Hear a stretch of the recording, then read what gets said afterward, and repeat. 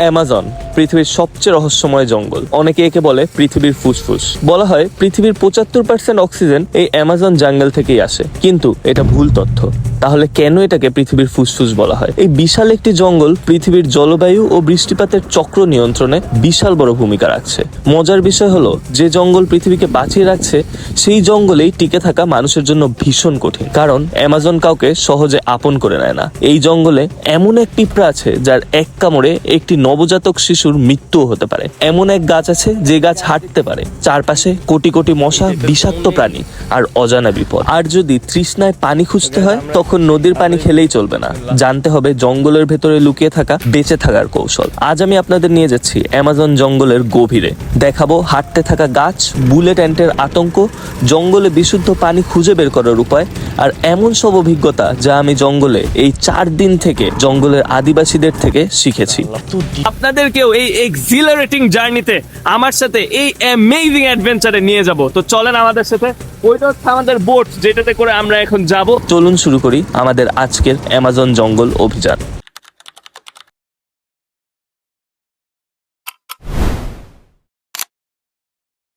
অ্যামাজনের নদী দিয়ে যাচ্ছি।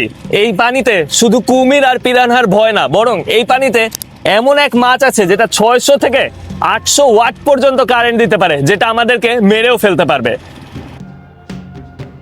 আমাজনের প্রতিটা গাছের মধ্যে এত পরিমাণে কাটাতে আমি এই হাতের এক্সট্রা লং স্লিভ নিয়ে আসছি, কারণ এমনিতে গরম, তাই হাফ শার্ট পরছি, কারণ গরমে আপনি বাঁচতে পারবেন না। এই অ্যামাজন জঙ্গলটা এতটাই আর্দ্রতা এখানে যে ওরা নিজেদেরকে একদমই আপনার হিউমিডিটি দিয়ে গরম করে রাখে, আপনার শরীরের কোনো ঘামই শুকাবে না।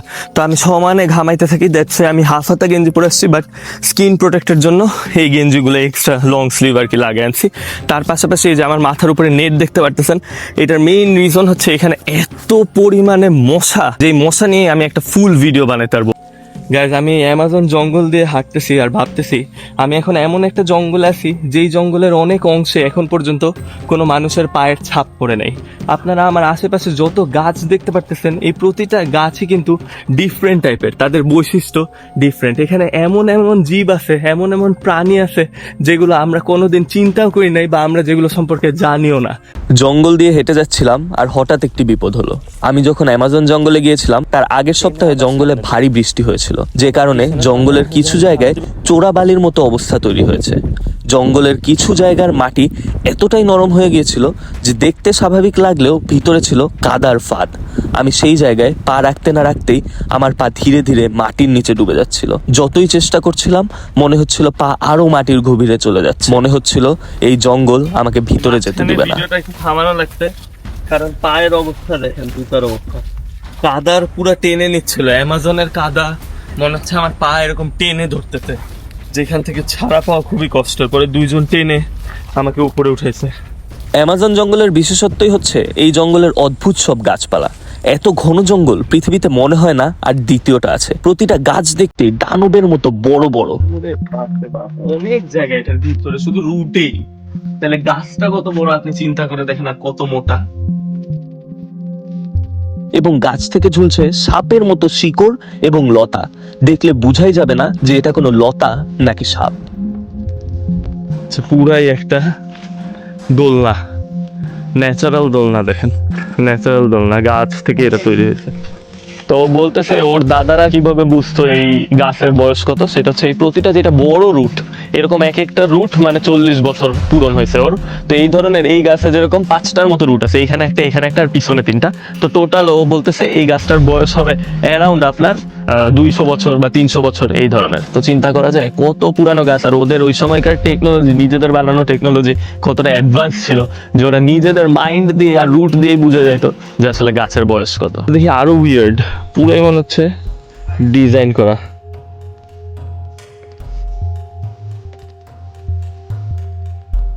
ফেলতেছে মসকিউটো, দেখেন মসকিউটো রেপেলেন্ট আনছি স্টিল, মশারা জান বের করে ফেলতেছে। আপনারা হয়তো ভাবছেন যে আমি হয়তো জীবনে প্রথম মশার কামড় খেয়েছি, তাই এমন করছি। আপনাদের আমি ভিডিওর শেষে দেখাবো যে এই জঙ্গলের মশারা আমার কি অবস্থা করেছে। এরা কোনো সাধারণ মশা না, কিন্তু আমার সাথে যে আদিবাসী গাইড ছিল তাকে দেখলাম কোনো মশাই কামড়াচ্ছে না। আমি তাকে জিজ্ঞেস করলাম সে এমন কি করেছে যে তাকে মশা কামড়াচ্ছে না। এরপর সে আমাকে জঙ্গলের মশা থেকে বাঁচার এক অদ্ভুত ট্রিক্স দেখালো, আর আমাকে বলল পেরুর অ্যামাজনের আদিবাসীরা নিজেদেরকে মশা থেকে এভাবেই রক্ষা করে। Like ants, And like ants, but we use for mosquito repellent. for mosquito repellent, Bunny, your grandparents. they use Oh, there's so many ants inside. this is termitas, termites. এরপর আমার গাইড এমন একটি কাজ করলো যা দেখে আমি অবাক হয়ে গেলাম। একটি পিঁপড়ার বাসা ভেঙে কয়েকটি পিঁপড়া হাতে নিয়ে চূর্ণ বিচূর্ণ করলো। সঙ্গে সঙ্গে লেবুর মতন এক তীব্র গন্ধ ছড়িয়ে পড়লো। এরপর তিনি সেই পিঁপড়াগুলোকে নিজের শরীরে মাখতে শুরু করলেন। গাইডের ভাষ্য মতে এই পিঁপড়াগুলোর গায়ে এমন কিছু রাসায়নিক পদার্থ থাকে যার গন্ধ মশা এবং পোকামাকড় অপছন্দ করে, তাই জঙ্গলে অনেকেই এগুলোকে প্রাকৃতিক মশা তাড়ানোর উপায় হিসেবে ব্যবহার করে। What smell? What flavor? Lemon. Lemon. It's lemon. And you put all, and the mosquitoes is flying looking for human. It smell wood. They go. এরা আপনার হাতে আসবে যখন অনেকগুলো। যেই কথা সেই কাজ। আমিও দেরি না করে পিঁপড়ার বাসা ভেঙে পিঁপড়াগুলোকে হাতে নিয়ে ভর্তা করে গায়ে মেখে নিলাম।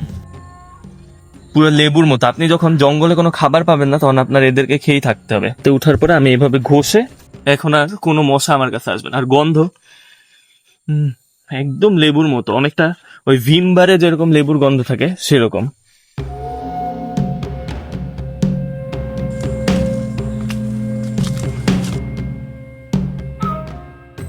গাইজ, এখন আমি আছি অ্যামাজনের সব থেকে ভয়ঙ্কর গাছগুলোর মধ্যে একটাতে। এই যে দেখেন, এইগুলি হচ্ছে ওদের পা। এই গাছগুলা কিন্তু হাঁটতে পারে। ওরা কখনোই একটা জায়গায় স্থির থাকে না। কেউ এই গাছগুলোকে কখনো হাঁটতে দেখে নাই, কিন্তু ওরা আজকে এইখানে দেখছে, কালকে ওইখানে দেখছে, তৃতীয় দিন আরেক জায়গায় দেখছে। এখানকার যত ট্রাইবস পিপল আছে তারা বলে যে কোনোদিনই এই গাছকে তারা এক জায়গায় থাকতে দেখে নাই। কিন্তু শিকড় দেখেন কত লম্বা। স্টিল ওরা তাহলে কিভাবে হাঁটে? এদেরকে নিয়ে এমন অনেক হলিউড মুভি পর্যন্ত ক্রিয়েট হয়েছে যেখানে এই গাছগুলা মানুষদেরকে টেনে নিচ্ছে অ্যান্ড জায়গা পরিবর্তন করতেছে। এমনকি এখানকার যারা ট্রাইবাল পিপল তারাও বলে ভুলে এই অ্যামাজনের ভিতরে একা না হাঁটতে শুধুমাত্র এই গাছটার জন্য, কারণ এই গাছ নাকি মানুষকে টেনে ভিতরে নিয়ে যায়। এই গাছটির নাম হলো ওয়াকিং ট্রি, কারণ এর শিকড়গুলো দেখতে অনেকটা পায়ের মতো। অ্যামাজনের স্থানীয় লোকদের বিশ্বাস সূর্যের আলো পাওয়ার জন্য এই গাছ ধীরে ধীরে নিজের অবস্থান পরিবর্তন করে। When there are no people here, they move. That's why when you go hunting in the jungle, you go fishing, never go alone, because the jungle take you. যদিও বিজ্ঞানীরা এখনো নিশ্চিতভাবে বলতে পারেননি যে গাছটি সত্যি হাঁটে কিনা, বা এমন কোনো প্রমাণও বিজ্ঞানীরা এখনো পাননি। বিজ্ঞানীদের মতে পুরনো শিকড় মরে গিয়ে যখন গাছের নতুন শিকড় হয় তখন একটা ইলিউশন তৈরি হতে পারে যে গাছটি হাঁটছে। তবে এর অদ্ভুত শিকড়ের কারণেই এটি অ্যামাজনের সবচেয়ে রহস্যময় গাছগুলোর একটি। ও কি পাইছে ওর হাতের মধ্যে?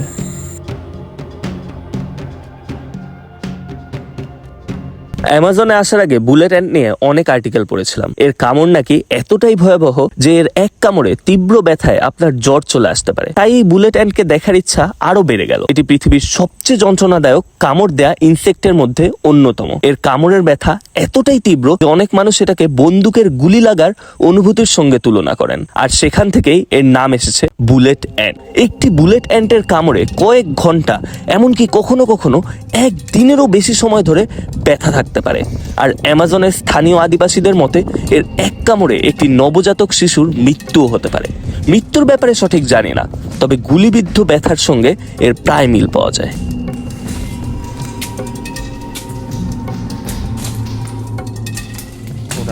We are learning about jungle medicine. Yeah.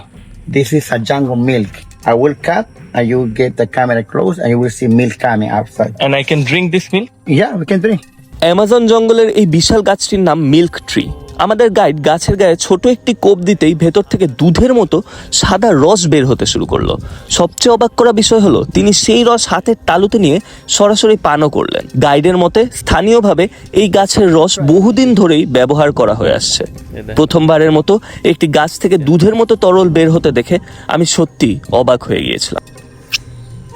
Sweet milk. Sweet Amazon জঙ্গলে এসে আমরা দুধও পাইলাম, গাছ থেকে দুধ বের হয়। সারা জীবন শুনছি গরু ছাগল থেকে দুধ বের হয়, জীবনে এই প্রথম দেখতেছি যে গাছ থেকেও দুধ বের হচ্ছে। দেখেন guys। এই জঙ্গল প্রচুর ঘন আর অগোছালো, তার উপর প্রচন্ড গরম, সব মিলিয়ে ভীষণ অস্বস্তিকর লাগছিল। তাই ডানে বামে ঠিক মতো তাকানোর সময় পাচ্ছিলাম না। হঠাৎ আমার গাইড চিৎকার করে উঠলো এবং বলল তারা একটা বড় সাপ গাছের গুড়ির ভেতরে খুঁজে পেয়েছে। তাই আমরা দ্রুত সাপটাকে দেখতে এগিয়ে গেলাম। আমরা যাচ্ছি সামনে, এই যে দেখেন ও দৌড়ায় যাচ্ছে, আমাদেরকে বলতেছে জলদি দৌড়া। জঙ্গলের ভিতর দিয়ে দৌড়ানো অনেক কঠিন, কিন্তু স্টিল আমরা এখন ওই সাপটাকে দেখার জন্য জঙ্গলের ভিতরে যাচ্ছি। Oh my God. Look. It's in the tree. গায়ে যে দেখেন ওকে টেনে বের করতেছে, কত বড় সাপ, বাপ রে বাপ। আমি তোমার ফোনটা দাও। বিশাল বড় সাপ পাইছে, টেনে বের করতে পারতেছে না। দুইজন মানুষ, দুইজনে এই জঙ্গলের জঙ্গলি, কিন্তু কেউ কিন্তু বের করতে পারতেছে না। দেখেন বাপ, গাছ ভয়ানক অবস্থা, নিজেরও প্রচুর ভয় লাগতেছে। ওই জন্য মুখটা কিন্তু ধরার চেষ্টা করতেছে। দেখেন ওর মাথাটা ধরছে, ওর মাথাটা ধরছে, মাথাটা ধরে এখন বের করার চেষ্টা করতেছে। 20 কিলো 30 কিলো 30 কেজি একটা সাপ, কি মোটা ওর স্ক্রিন আপনারা দেখেন। সাধারণ সাপ না, এটা এটা অ্যামাজন জঙ্গলের সাপ। দেখেন আমার হাতে, এই যে দেখেন। ওকে এখন আমি আমার কাঁধে নিব।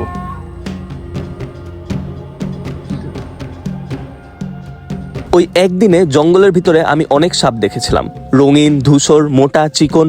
আর অ্যামাজন গিয়ে আমি একটা জিনিস বুঝেছি, যে সিনেমা আর মুভিতে যেভাবে সাপকে ভয়ঙ্কর রূপে দেখানো হয়, বাস্তবে তারা আসলে ততটা ভয়ঙ্কর নয়। বরং বেশিরভাগ সাপই খুবই নিরীহ প্রাণী।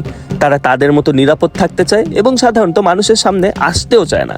তারা গর্ত, গাছের ফাঁক ফোকর কিংবা উষ্ণ জায়গায় থাকতে পছন্দ করে। কিন্তু যখন কেউ তাদের বিরক্ত করে, তখন তারা আক্রমণাত্মক আচরণ করে। এই যে এটা কিন্তু আবার সেই ওয়াকিং ট্রি, এই যে দেখেন যেটা হাটে যেই গাছটা, সেই গাছটা কিন্তু এখানেও আছে। আমরা আরো সামনে যাই।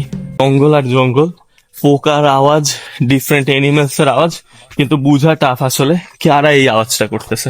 দেখতে কিন্তু একদম আপনার দোলনার মতো লাগতেছে, এটা একদম উপর থেকে আসছে গাছের। টান দিই, এগুলি দেখে পুরাই মনে হয় যেন সাপ উঠতেছে। এই যে দেখেন জঙ্গলের ভিতরে প্রচন্ড গরম, একদম শরীর টরীর সব ঘামায় যাচ্ছে, কোনোভাবে এখানে থাকা যাচ্ছে না। এই যে দেখেন বড় বড় গাছ এখানে কিন্তু পড়ে গেছে। আর এই যে আপনার খাবারের জন্য গাছ খোঁজা লাগে, এটা হচ্ছে একটা গাছও বলতেছে this is the water drinking tree. Exactly. আপনি যে এইটা কেটে আপনি কিন্তু পানি খাইতে পারবেন। এই যে দেখেন ও কিন্তু কাটতেছে। No. এই যে পানি পড়তেছে, এটা খাওয়া যায়। বিসমিল্লাহ।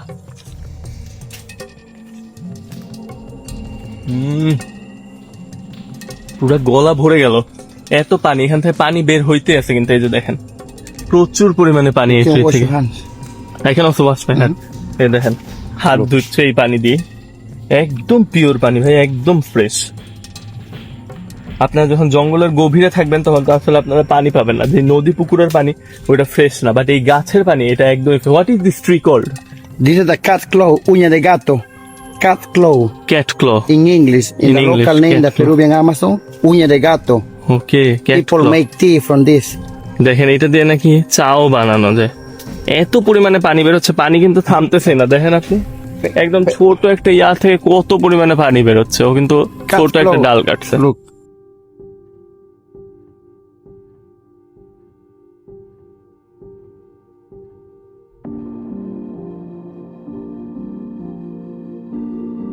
অ্যামাজন জঙ্গলে এত বেশি প্রজাতির মাশরুম রয়েছে যে আজও বিজ্ঞানীরা এর প্রকৃত সংখ্যা জানেন না। প্রতিনিয়তই নতুন নতুন প্রজাতি আবিষ্কৃত হচ্ছে। মাত্র 1 চা চামচ অ্যামাজনের মাটিতেই প্রায় 400টি সম্ভাব্য ফাঙ্গাস প্রজাতির ডিএনএ শনাক্ত হয়েছে। এর মধ্যে কিছু মাশরুমই খাওয়া যায়, অনেক মাশরুমই বিষাক্ত, আর অনেক মাশরুমই হ্যালুসিনেট করায়। তো আমরা এই যে প্রথম একটা খাবার আমাদের এই সার্ভাইভাল ট্রেনিং এ পাইলাম, সেটা হচ্ছে এডিবল মাশরুম। এটা খাওয়া যায়। এর আগুন আমরা জ্বলাবো, আগুন জ্বলায় দেন এটা আমরা বারবিকিউ করে খাবো। প্রথম খাবার secured. Woman leaf flower. because Why is it woman? The color is the similar the woman has for the painting the leaf. Similar color. Okay, pink lips. এই ফুলটিকে অ্যামাজনের আদিবাসীরা ডাকে উইমেন ফ্লাওয়ার, কারণ এটি দেখতে নাকি মেয়েদের মতো সুন্দর। কি আজব। জঙ্গলে হাঁটতে হাঁটতে আমাদের যে গাইড উনি বলতেছেন এইটা হচ্ছে হামিং বার্ডের বাসায়, যে দেখেন ছোট্ট একটা ডিম।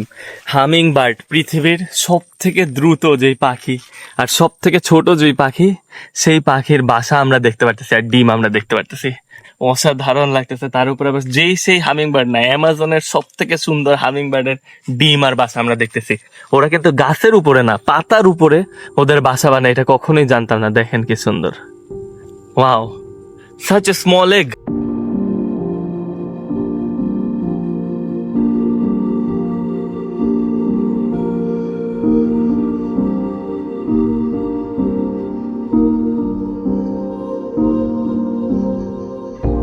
এটা হচ্ছে সেই বিষ যেটা আপনি দেখেন ওরা এই গাছটাকে চিনে।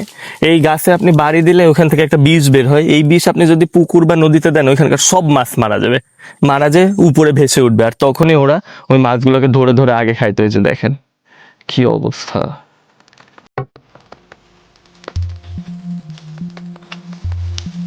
How do you eat this? We have to boil it. অ্যামাজনের আকাশে উঠতে থাকা এই রঙিন পাখিগুলোর নাম ম্যাকাও। দূর থেকে দেখলে মনে হয় যেন কেউ আকাশে রংধনু ছুড়ে দিয়েছে। লাল, নীল, হলুদ আর সবুজ রঙের মিশ্রণে এরা পৃথিবীর সবচেয়ে সুন্দর পাখিদের মধ্যে অন্যতম। ম্যাকাও শুধু সুন্দরই নয়, এরা বেশ বুদ্ধিমানও। এরা জোড়ায় জোড়ায় থাকতে পছন্দ করে এবং অনেক সময় সারা জীবন একই সঙ্গীর সাথেই কাটিয়ে দেয়। অ্যামাজন জঙ্গলে ঘুরতে এসে যখন প্রথমবার এত কাছ থেকে এই পাখিগুলোকে দেখলাম, তখন মনে হচ্ছিল যেন কোনো ডকুমেন্টারি দৃশ্য নিজের চোখের সামনে জীবন্ত হয়ে উঠেছে। চারপাশের সবুজ জঙ্গলের মাঝে তাদের উজ্জ্বল রং সত্যি অবিশ্বাস্য সুন্দর লাগে।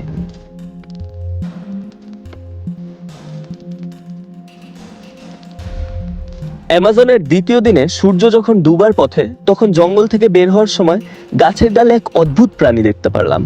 এই প্রাণীর নাম স্লথ। পৃথিবীর সবচেয়ে ধীরগতির স্তন্যপায়ী প্রাণী হিসেবেও এদের পরিচিতি রয়েছে। এতটাই ধীরে চলাফেরা করে যে অনেক সময় দূর থেকে দেখলে মনে হয় গাছের ডালে ঝুলে থাকা কোনো শুকনো ডাল বা গাছের অংশ। স্লথ তাদের জীবনের বেশিরভাগ সময় গাছের ডালে উল্টো হয়ে ঝুলে কাটায়। দিনে প্রায় 15 থেকে 20 ঘন্টা পর্যন্ত ঘুমাতে পারে। এদের চলাফেরা এতটা ধীরে যে এদের শরীরে অনেক সময় শৈবাল জন্মে যায়, যা তাদের শরীরে সবুজ রং দেয় এবং জঙ্গলে লুকিয়ে থাকতে সাহায্য করে। অ্যামাজন জঙ্গলের সব থেকে যে স্লো প্রাণী স্লথ, ওকে ধরে আছে আমার বুকের সাথে, অ্যামাজনের স্লথ। এইরকম এক্সপিরিয়েন্স যে আমার লাইফে হবে এটা আমি কখনোই ভাবিনি। দেখেন ওকে, দেখেন ও কত আস্তে আস্তে মুভ করে। স্লথ দেখতে একদমই মানুষের বাচ্চার মতন। স্লথকে কোলে নিয়ে মনে হচ্ছিল কোনো মানুষের বাচ্চাকে কোলে নিয়েছিলাম। স্লথকে কোলে নিয়ে আদর করার পরে আমাদের আদিবাসী বন্ধু স্লথকে তার নিজের বাসায় আবার ফিরিয়ে দিল। যদিও আমি জঙ্গলের পশু পাখিকে এভাবে বিরক্ত করার একদমই বিপক্ষে, আর এটা আমাদের কখনোই করা উচিত না। প্রতিটি জীবকে শান্তিপূর্ণভাবে তাদের বাসস্থানে থাকতে দেওয়া উচিত। তবে কিছু শিখার জন্য বা জানার জন্য পশু পাখিদের ক্ষতি না করে এই এক্সপিরিয়েন্সটা আমি নিয়েছিলাম। এখনো কাটতে আছে, তো আমরা এই যে কাটার পরে যখন গাছটা নিচে পড়বে তারপরে ওটার ফল খেতে পারবো। তো আমরা এখন যাচ্ছি ফলটা দেখতে। আসলে ফলটা দেখতে কিরকম, this one They have fruit, but this no. মানে গাছ থেকে ডাব পারো অনেক দেখছি, কিন্তু গাছ কেটে গাছের ভিতর থেকে ফল বের করে আনা এটা আমার লাইফে কোনোদিন দেখি নাই। দেখেন এটা তো দেখতে অনেকটা বাঁশের মতো লাগতেছে, মনে হচ্ছে যে পান্ডা যেগুলি খায় ওগুলি। এই যে দেখেন ও বলতেছে এটাই ফল।